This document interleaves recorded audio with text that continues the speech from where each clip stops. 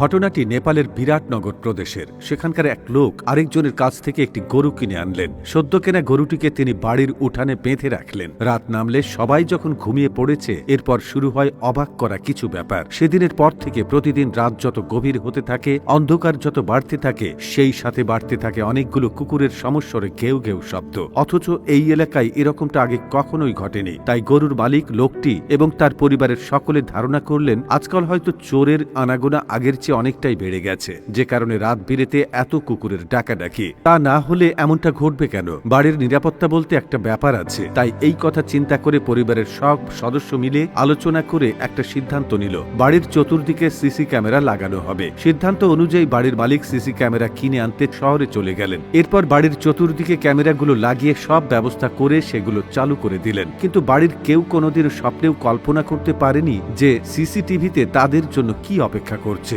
পরদিন সবাই CCTV footage check করতে গিয়ে যা দেখতে পেল তা দেখে সবারই চোখ কপালে ওঠার অবস্থা। কেননা সেটা দেখার জন্য তারা মোটেও প্রস্তুত ছিল না। সিসি ক্যামেরার ফুটেজ চেক করে তারা দেখল বাড়ির উঠানে রাখা নতুন কেনা গরুটির পাশে একটি বিরাট আকারের চিতাবাঘ হেলে দুলে হেঁটে ঘুরে বেড়াচ্ছে। এরকম একটি ঘটনা নিজের বাড়ির উঠানে দেখলে যে কারোরই বাকরুদ্ধ হয়ে যাওয়ার কথা। বাড়ির সকলেই তেমনি হতবাক হয়ে গিয়েছিল। নিজের চোখকেও যেন বিশ্বাস করার মতো অবস্থা ছিল না তাদের। বিভিন্ন জল্পনা কল্পনার পর তাদের মনে যেসব প্রশ্ন জাগে তা হলো, এই চিতাবাঘ প্রতি রাতে কেন গরুটির চারপাশে শুধু ঘোরাঘুরি করে? কেন সে গরুটিকে শিকার করে না? সবাই মিলে এ প্রশ্নের উত্তর খুঁজতে শুরু করলো। যার কাছ থেকে গরুটি কেনা হয়েছিল উত্তর জানতে সবাই সোজা সেই লোকটির কাছেই চলে গেল। অবশেষে সেই লোকটির কাছ থেকে পুরো ঘটনার ব্যাখ্যা একদম পরিষ্কারভাবে পাওয়া গেল। মূল ব্যাপারটা হচ্ছে, চিতাবাঘটির জন্ম হওয়ার মাত্র কিছুদিন পরই তার মা চিতাবাঘিনী কোনো এক কারণে প্রাণ হারায়। কোনোভাবে এই গরুটি তার খোঁজ পায় এবং নিজের কাছে